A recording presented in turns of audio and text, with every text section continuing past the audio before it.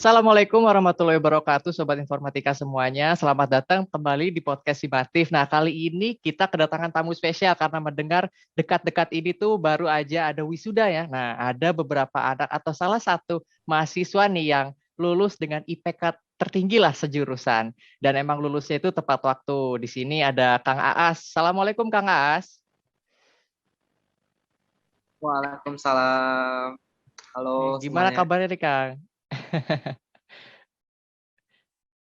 Alhamdulillah baik-baik. Sehat walafiat. Boleh lu Kang lah, kenalin dulu Kang. Akang tuh siapalah ke teman-teman. Mungkin masih, terutama maba yang masih belum melihat, yang belum pernah melihat Akang nih. Iya, iya, iya.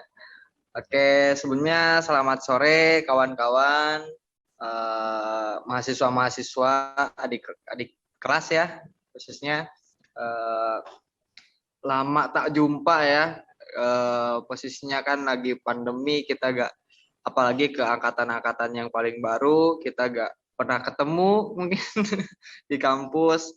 Ya, pokoknya semoga nanti semester depan kita bisa kalian bisa bertemu, bisa mengikuti suasana kampus. Nah, saya perkenalkan Aaz Muhammad Hafid Aziz, mahasiswa Teknik Informatika angkatan 2017 ya. Angkatan 2017, alhamdulillah waktu itu saya sidang akhir tuh di bulan Mei dan alhamdulillah bisa wisuda. Kebetulan karena pandemi lagi menurun ya, dan semoga kedepannya terus menurun. Jadi berkesempatan untuk bisa wisuda secara langsung gitu di tempatnya. Alhamdulillah gitu ya. Mohon doanya ke teman-teman, semoga saya bisa uh, apa bisa meneruskan lah, memanfaatkan ilmu yang saya punya seperti itu. Ya. Amin, amin. Keren banget nih perkenalan Kang Aas nih. Dengar-dengar juga Kang Aas itu kan lulusnya emang dengan IPK tertinggi nih sejurusan Teknik Informatika ini nih. Nah, pengen tahu dong Kang sedikit atau tips-tips lah gimana caranya biar ya bisa mendapatkan IPK yang besar lah gitu. Kalau tips sih ya secara umum lah ya. Alhamdulillah sebetulnya sih sebenarnya bisa dapat, gak nyangka bisa dapat IPK segitu gitu ya.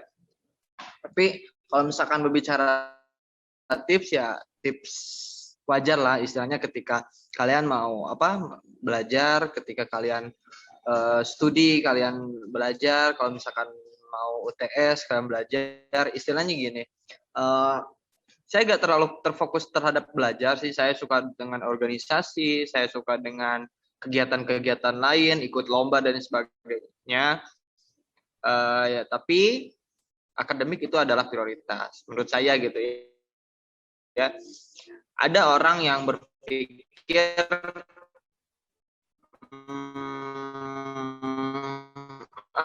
kenapa IPK, yang penting skill, silahkan, itu adalah pilihanmu, tapi yang jelas tujuan kamu ke kampus adalah untuk studi, untuk mencari ilmu.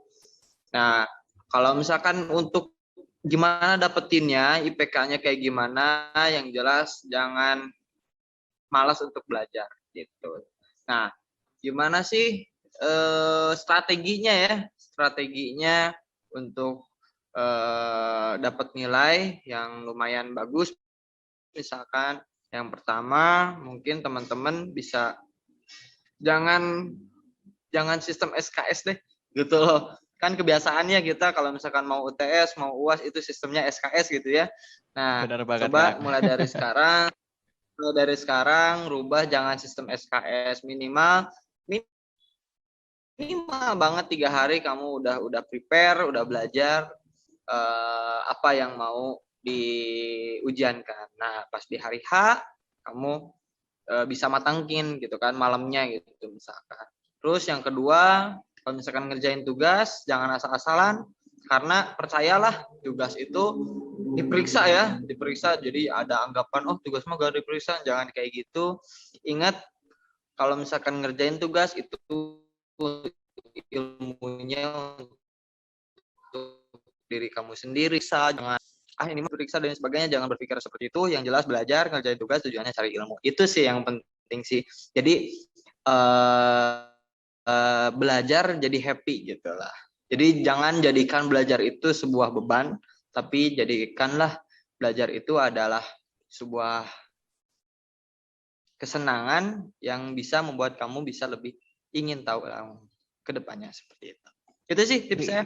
Mantap, keren banget sih Kang.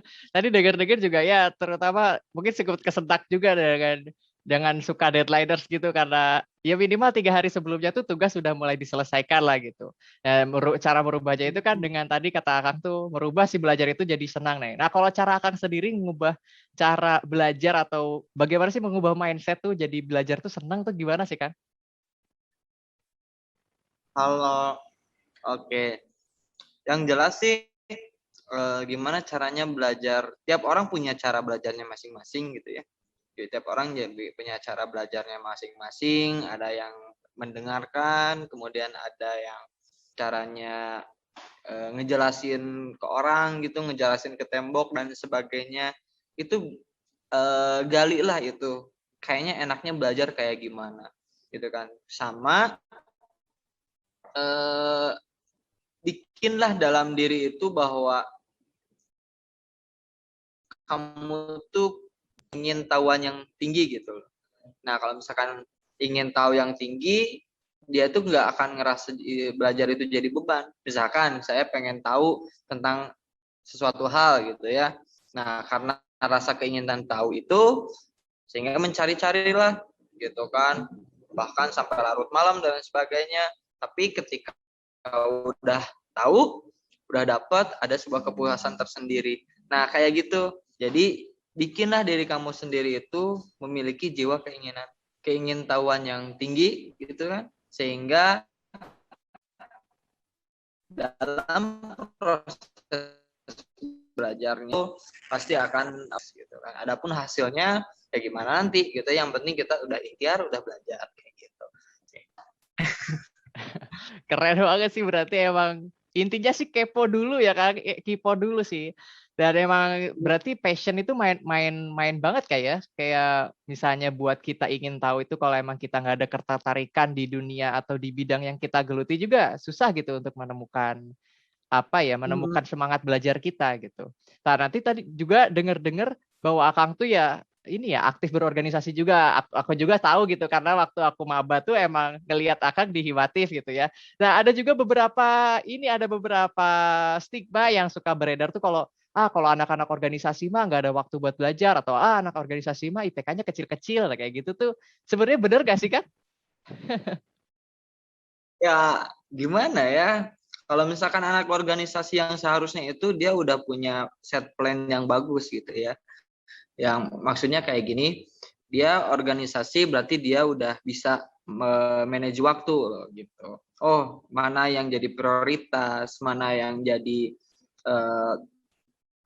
prioritasnya sekunder, ada yang tersier dan sebagainya. Harusnya seperti itu gitu ya. Bahkan dalam organisasi itu kita itu berusaha berusahalah untuk waktu itu berharga gitu. Jadi seolah-olah waktu itu berharga. Oh berarti nanti akan ada rapat, misalkan nanti akan ada ini, berarti misalkan hari Minggu ada rapat, berarti hari Sabtu atau Jumat berarti udah ngerjain tugas, sehingga hari Minggunya itu udah free gitu kan. Jadi ada dorongan tuh, jadi motivasi bukan jadi alasan sebetulnya gitu. Kalau misalkan bagusnya seperti itu. Jadi jangan jadikan organisasi itu adalah sebuah alasan gitu ya. Nah, tergantung ke dalam diri sendiri. Nah, belajar, teman-teman harus belajar gimana cara memanage waktu, bagaimana sebuah masalah itu ada prioritasnya gitu kan. Ada tugas-tugas dalam dunia itu harus diprioritaskan, mana prioritas yang pertama, mana prioritasnya. Misalkan dia harus menyelesaikan satu, berarti yang sebelum-sebelumnya harus diselesaikan terlebih dahulu. Seperti itu sih. Jadi harus bisa time management yang bagus lah istilahnya kayak gitu. Setuju banget Kang. Setuju banget sih, kalau namanya kita masuk organisasi itu emang harusnya bukan jadi alasan ya Kang, malah harusnya jadi kayak kita tuh belajar nih cara gimana kita manage waktu, cara gimana kita memprioritaskan atau menyusun lah prioritas-prioritas yang paling tinggi sampai yang terendah tuh ada gitu. Nah, kalau Nah, ada juga nih Kak, kayak misalnya anak-anak tuh yang terutama mahasiswa-mahasiswa di angkatan aku ya, yang kalau misalnya tuh dia kadang suka ngambil organisasi itu tapi nggak pandang bulu gitu. Jadi kayak semua organisasi diambil ujung-ujungnya nggak ada yang ini, ujung-ujungnya nggak ada yang ke-handle gitu. Itu kesalahan-kesalahan seperti itu tuh emang sering terjadi nggak sih kalau di angkatan Akang sendiri? iya, kadang ada orang yang suka banget sama organisasi, dia ikutan organisasi ini, organisasi itu. Sebetulnya menurut saya ya, kalau menurut pengalaman pribadi gitu ya, ikutan organisasi itu silahkan. Mau ikutan banyak silahkan, tapi tetap ada satu organisasi yang kamu harus jadi prioritas. Misalkan kayak gini, kamu ikutan misalkan organisasi pramuka, kamu ikutan organisasi UPTQ, UKM UPTQ, kemudian organisasi intrakampus juga, HMJ, kemudian di Dema mungkin, atau jadi senator misalkan, dan lain sebagainya, gitu kan. Nah, kalau misalkan semuanya diikut campur, kemudian diikuti gitu ya, tanpa ada prioritas, maka itu pasti akan keteteran, gitu. Nah, solusinya, kalau misalkan kamu siap, kalau misalkan kamu bisa, silakan ikutin 2 organisasi, 3 organisasi, yang penting kamu bisa tahu prioritasnya di mana. Nah, saran saya masuki prioritas banget, sehingga kamu dalam lainnya jadi anggota, tapi di satu organisasi bisa jadi ketua bidang atau misalkan bahkan jadi ketua umum gitu ya. Nah, karena menurut saya bahwa organisasi itu kan di situ belajar kita untuk apa ya, berorganisasi, kepemimpinan. Kalau misalkan di anggota-anggota aja, mungkin apa ya, bukan artian apa, masalahnya ya masalah anggota. Ketika kamu bisa lebih up gitu ya, berarti masalahnya berorganisasi orang lain, kemudian masalahnya dan lain sebagainya. Jadi ilmu organisasi itu diterima. Kan kita ke kampus juga kan, tadi juga kan kita mengambil ilmu. Saya tidak menyalahkan bahwa anak organisasi ini fokus organisasi aja, enggak kan, enggak kayak gitu. Tapi tetap dalam berorganisasi itu tujuannya adalah mencari ilmu. Ilmu apa? Bukan ilmu IPK dan sebagainya, tapi ilmu organisasinya. Kalau misalkan ilmu organisasinya di anggota, atau misalkan pengalamannya masih di anggota dan sebagainya, dengan semua organisasi dan sebagainya, ya masalah-masalahnya juga mungkin di sekitaran seperti itu gitu ya. Nah, kalau misalkan mau teman-teman suka dengan organisasi, pilihlah satu organisasi, tapi kamu harus aktif di situ. Kamu harus powerful di situ. Nah, seperti itu, sehingga kamu bisa menerapkan atau misalkan memperoleh ilmu organisasinya di situ. Itu sih saran saya gitu, Kak. Keren banget emang sarannya, emang benar-benar memotivasi juga. Ya emang bener juga sih Kak, kerasa kayak sekarang aku secara pribadi tuh kira-kira ikutan dua organisasi, satu komunitas lah. Nah itu tuh ilmu-ilmu dari organisasi itu tuh emang benar-benar kepake, terutama kayak kita nih udah nyobain magang nih kan. Nah itu tuh skill-skill dari organisasi itu secara gak langsung tuh kerasa gitu. Kayak minimal dari manajemen waktu lah. Bagaimana kita manage magang sama kuliah tuh emang kalau misalnya tidak ada sebelumnya, tidak ada basic, emang agak repot gitu, Kak.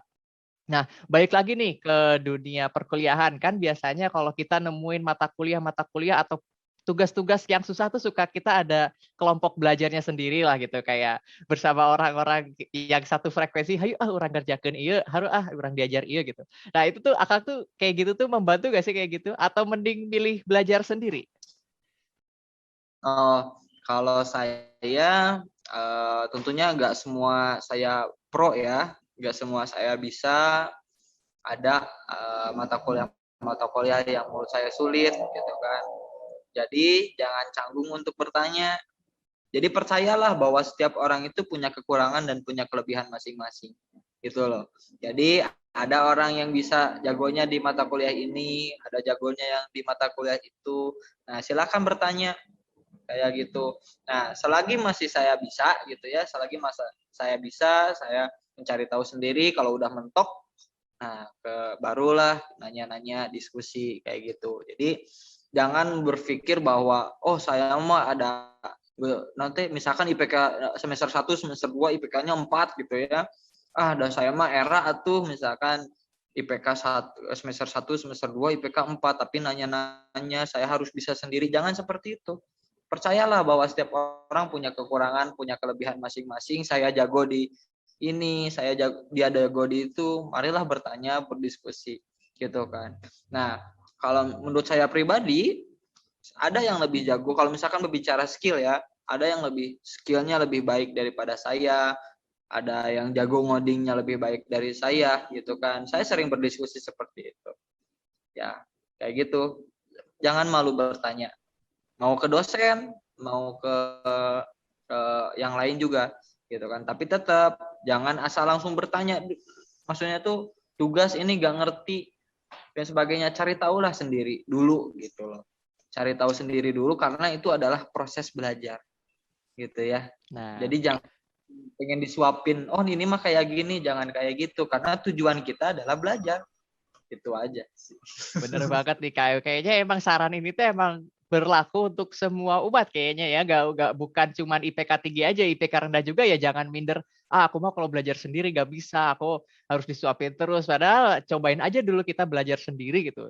Kalau bahasa kasarnya mah sanggabul-ngebul nah gitu. Sanggabul-ngebulnya bisa belajar sendiri nanti setidaknya walaupun sedikit juga ada ilmu yang nempel tuh kalau emang misalnya belajar sendiri ya menurut saya pribadi ya Kak. Itu tuh nempelnya tuh lebih lama gitu dan emang lebih lebih mantep gitu kalau emang belajar kita dapat ilmu tuh sendiri gitu. Nah, Ada kepuasan sendiri kalau gitu. Nah, berbicara mengenai dunia perkuliahan nih teman-teman, terutama ya anak-anak kuliahan lah, kan nggak jauh juga sama namanya yang tongkrongan atau teman nongkrong. Nah, kalau Akang sendiri itu apakah anak yang suka nongkrong atau bagaimana nih?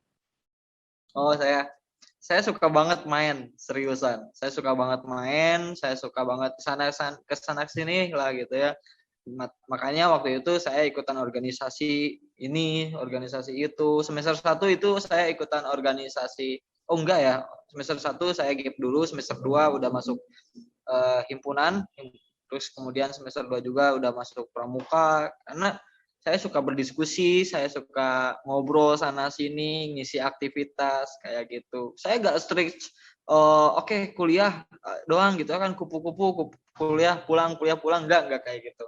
Cuman di samping kayak gitu, itu adalah jadi apa ya? Menurut saya tuh jadi hiburan buat saya ketika saya stres atau misalkan ketika banyak tugas dan sebagainya. Biasanya saya kadang nonton dulu sama teman-teman, nonton film Marvel misalkan kayak gitu, setelah pulang kan otak udah kembali fresh, kemudian ngerjain dan sebagainya. Kadang itu saya kayak gitu. Jadi biar kalau belajar terus menurut saya jenuh gitu loh. Nah, ya udah berarti itu adalah hiburan bagi saya sih sebetulnya. Enggak, kalau saya pribadi hiburan perlu, ngobrol perlu, nongkrong perlu. Jadi karena itu sebuah hiburan, tapi jangan kebablasan nongkrong terus sampai lupa pulang, sampai lupa tugas dan sebagainya. Ingat tujuan kamu adalah belajar, tujuan kamu adalah kuliah gitu loh. Jangan menyia-nyiakan gitu. Bener banget sih Kak. Berarti emang intinya sih emang ada di time management sama prioritas ya apapun itu gitu biar hasilnya membaik gitu. Ya kalau boleh cerita-cerita secara pribadi nih Kak. Waktu itu juga sempat aku kayak kita tuh jadi sama teman-teman tuh nonton gitu ya. Nah, pulangnya beres menonton tuh ada kuis tuh. Nah, tapi setelah karena emang otak kita terrefresh ya, jadi ngerjain kuis tuh cuma 5 menit gitu. Dan bener semua lagi kan. Nggak tahu juga kalau misalnya gak ada hiburan juga ya emang bakal jenuh juga kalau di anak-anak teknik informatika terutama di ini ya sistem-sistem kayak ngerjain project itu pasti ada namanya sebutannya burnout gitu. Nah, buat orang-orang yang terlalu sering ngedekul belajar terus jenuh itu ya malah jadinya burnout gitu ya Kak ya. Benar. Nah, berarti itu juga berarti menjadi jawaban nih kan kadang suka ada kita terutama buat orang-orang awam gitu ya yang beranggapan bahwa anak-anak yang suka nongkrong mah nggak rajin belajarnya, yang suka nongkrong mah suka ini suka kemalasan gitu. Padahal kan nggak juga, yang penting mah intinya emang time management sama prioritas itu sendiri ya kan. Ya kadang kadang sih ya Kak, ini kalau pengalaman pribadi gitu, kalau misalnya emang nongkrong itu udah keasikan, itu emang kita harus butuh ada pengingat gitu, kayak, "Ah, udah jam segini nih, harus pulang," gitu. Sama kadang-kadang nge-set alarm gitu, biar biar nggak kebablasan sampai tengah malam gitu. Nah, buat Akang sendiri nih, setelah lulus, kira-kira gimana sih, apa, kayak katakanlah ya pasti sih orang tua mah bangga gitu ya, cuman untuk prospek ke depannya tuh bagaimana nih? Apakah memudahkan Akang misalnya kalau misalnya mau lanjut kuliah atau misalnya mau sambil kerja gitu, gimana Kang kira-kira pengaruhnya? Jadi saya cerita sedikit ya. Jadi ketika itu saya lulus dari sidang bulan Mei, itu dapat SKL sebulan, saya daftar lagi ke ITB sekarang, dan alhamdulillah gitu bahwa mungkin dilihat dari IPK, kemudian itu ada waktu tes juga gitu ya. Jadi tesnya itu saya lulus sidang itu bulan Mei, bulan Juni itu saya daftar, bulan Juli saya tes, dan alhamdulillah sekarang bisa studi lanjut gitu ya, jadi diterima. Jadi menurut saya dalam proses dalam IPK itu ada orang yang berpikir IPK itu tidak menentukan kesuksesan dan sebagainya. Iya betul, tapi itu adalah salah satu faktor. Nah, mungkin ketika saya daftar ke sini ke situ dilihat juga faktornya dari IPK juga, karena kan kita tahu misalkan contohnya kayak gini, ada kita mau menerima seseorang gitu ya, menerima seseorang tapi eh, kita nggak tahu karakternya kayak gimana gitu kan, ya dilihatlah dari IPK, salah satu faktornya kan seperti itu. Kita nggak tahu cara komunikasinya kayak gimana kan, kita nggak tahu, ya dilihat dari salah satu faktornya adalah IPK. Jadi IPK itu adalah penentu untuk merepresentasikan orang, walaupun memang nggak seperti itu ya gitu kan, ya itu adalah salah satu faktor bagi orang untuk menilai seseorang dalam akademisnya gitu ya. Misalkan karena gini loh, karena dalam proses pembelajaran itu misalkan nilai kuliah A itu kan mungkin misalkan nilai mata kuliah A gitu ya, kan itu ada faktor-faktor juga, faktor time manajemennya, kemudian ada faktor cara cepat belajarnya, IQ-nya, kemudian bagaimana dia komunikasinya. Kadang kan ada dosen yang sering bertanya, misalkan ya, oh berarti nilainya bagus gitu lah dan sebagainya, sehingga nilai IPK-nya akhirnya bagus dan sebagainya. Kan itu bagi seseorang, misalkan bagi HRD, IPK itu adalah penting. Tapi kalau misalkan kalian mau cari pengalaman dan sebagainya, silahkan gitu kan. Tapi saya tidak menyalahkan bahwa IPK itu adalah salah satu faktor yang penting untuk merepresentasikan jati diri kalian gitu ya, seperti itu. Dan saya bisa diterima di kampus baru pun mungkin salah satu faktornya itu, karena jujur aja emang untuk tes masuknya banyak ya, banyak yang gugur, tapi alhamdulillah punya kesempatan untuk bisa studi lanjut dan bisa dimudahkan gitu ya. Jadi saya waktu wisuda itu saya udah UTS itu tuh. Jadi ketika waktu wisuda saya tuh udah UTS dan mau pertengahan kuis gitu lah, pokoknya mah kayak gitu. Jadi lagi gak tenang-tenangnya waktu wisuda tuh sebetulnya. Dan doanya aja semoga buat kawan-kawan, semoga studi lanjut ini bisa lancar gitu ya, doakan. Amin, amin. Doain juga ya teman-teman supaya kakak ini dilancarkan lah dalam mengejar karir dan akademisnya. Wih, keren banget nih. Jadi emang denger-denger dari yang aku tangkap tadi ya, emang walaupun inti utamanya itu skill, cuman untuk IPK sendiri itu bisa menjadi faktor pembantu atau faktor pendorong yang sangat kuat juga gitu. Terutama emang kalau emang IPK-nya dibilang besar gitu. Dan emang kadang juga kalau kita lihat-lihat dari beberapa syarat-syarat untuk masuk kerja atau masuk ke S2 itu suka ada atau minimal beasiswa lah. Itu suka ada minimal IPK-nya gitu. Nah, itu jadi berarti kan syarat faktor pendukung nih. Nah, makasih banget Kak udah menyempatkan waktunya lah kita sharing-sharing, bisa menjadi motivasi juga buat saya dan juga buat teman-teman yang ngedengerin bagaimana caranya kita bisa lulus dan mematahkan stigma bahwa anak teknik informatika tuh susah lulusnya gitu. Nah, nah buat Akang sendiri nih sebelum kita akhiri podcastnya, apakah ada nih dari Akang sekali lagi pesan atau setidaknya ultimatum atau apa ya mandat lah kepada adik-adik penerus yang nanti mau lulus juga nih, mau mengejar tugas akhir ataupun mau mengejar lulus tepat waktu nih. Boleh Kang? Silahkan. Jadi gini ya, ada mungkin ini adalah bahasa apa ya, bahasa umum gitu ya, sering dengar. Tapi yang saya alami ini powerful banget gitu ya. Jadi gini, jangan pernah apa ya, jangan pernah ragu untuk bermimpi gitu ya. Jadi kalian mulai dari sekarang catatlah mimpi-mimpi. Oh misalkan saya pengen cum laude, saya pengen IPK, saya pengen IPK-nya tinggi, saya pengen kerja di sini atau studi lanjut di S2 kampus mana ke luar negeri. Silahkan bikinlah mimpi itu, catat mulai dari sekarang. Atau misalkan nanti saya pengen rumah ini dan sebagainya, jangan pernah ragu untuk bermimpi. Karena mulai dari mimpi akan muncul sebuah motivasi gitu loh. Ketika kita udah bermimpi pengen punya ini, muncullah sebuah motivasi. Setelah muncul motivasi, maka ada usaha yang mau dibangun, usaha yang mau dikeluarkan untuk bisa ngejar mimpi tersebut yang dibarengi dengan motivasi. Itu sih, jangan pernah ragu untuk bermimpi mulai dari sekarang. Silahkan untuk bermimpi. Saya waktu itu ketika mau kampus atau pengalaman pribadi, saya pernah bermimpi saya ingin lanjut S2, saya ingin IPK cum laude, saya ingin lulus tepat waktu, saya ingin bisa organisasi di sana sini, saya punya relasi dan alhamdulillah bukan apa-apa ya.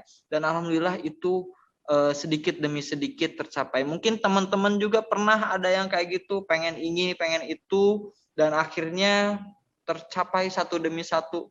Seperti itu. Mungkin pengalamannya ada yang seperti itu. Tapi percayalah itu adalah betul. Saya rasakan sendiri dan alhamdulillah saya bersyukur itu bisa tercapai.